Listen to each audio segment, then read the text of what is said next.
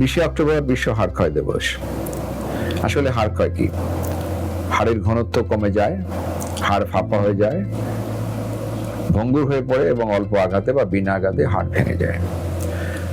প্রতি 3 জন নারীর 1 জন 50 ঊর্ধ্ব বয়সের, প্রতি 5 জন পুরুষের 1 জন এই হাড় ক্ষয় রোগে আক্রান্ত,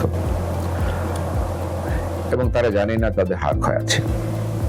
আমি যদি কিছু পরিসংখ্যান দিই, বিশ্বে প্রায় 500 মিলিয়ন মানুষ হাড় ক্ষয় রোগে আক্রান্ত এবং 55 বছর ঊর্ধ্ব 370 লক্ষ মানুষই তাদের হাড় ভেঙে যাচ্ছে এই হাড় ক্ষয়ের কারণে। অর্থাৎ এই প্রবণতা প্রায় 40%। এই 40% প্রবণতায় আরেকটি রোগ আছে, হার্ট অ্যাটাক হওয়ার।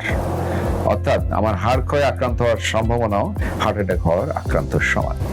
একবার যদি হাড় ভেঙে যায় তাহলে দ্বিতীয়বার হাড় ভাঙার সম্ভাবনা বা তৃতীয়বার হাড় ভাঙার সম্ভাবনা 86%। শতকরা 80 জন মানুষ জানেই না যে তার হাড় ক্ষয় আছে এবং হাড় ভেঙে গেছে, বিশেষ করে মেরুদণ্ডে হাড় ভেঙে গেছে, এবং তারা এই ব্যাপারে কোনো ব্যবস্থা গ্রহণ করেনি।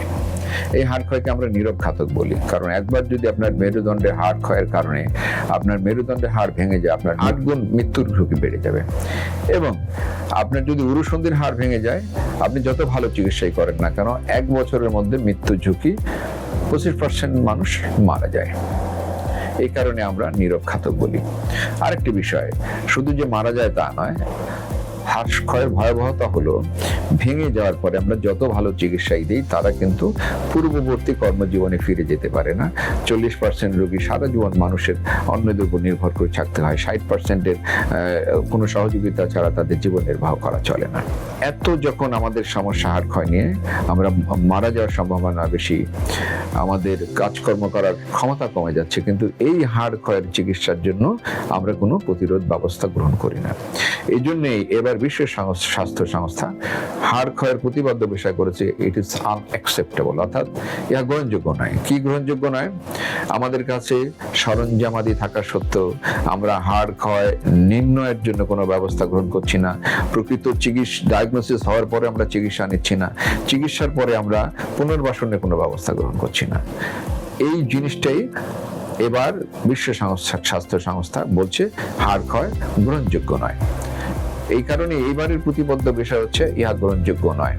অর্থাৎ আমরা যে হাড় ক্ষয় চিকিৎসার অবহেলা করছি, রোগ নির্ণয় অবহেলা করছি, চিকিৎসা দিতে অবহেলা করছি, এটাই গ্রহণযোগ্য নয়। হাড় ক্ষয় হলে চিকিৎসার অনেক পদ্ধতি আছে, রোগ নির্ণয়ের অনেক পদ্ধতি আমাদের দেশে বিদ্যমান, ওষুধপত্র আমাদের দেশে বিদ্যমান।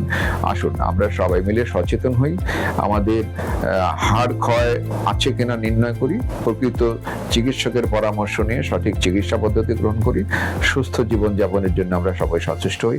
আপনাদের সকলকে ধন্যবাদ।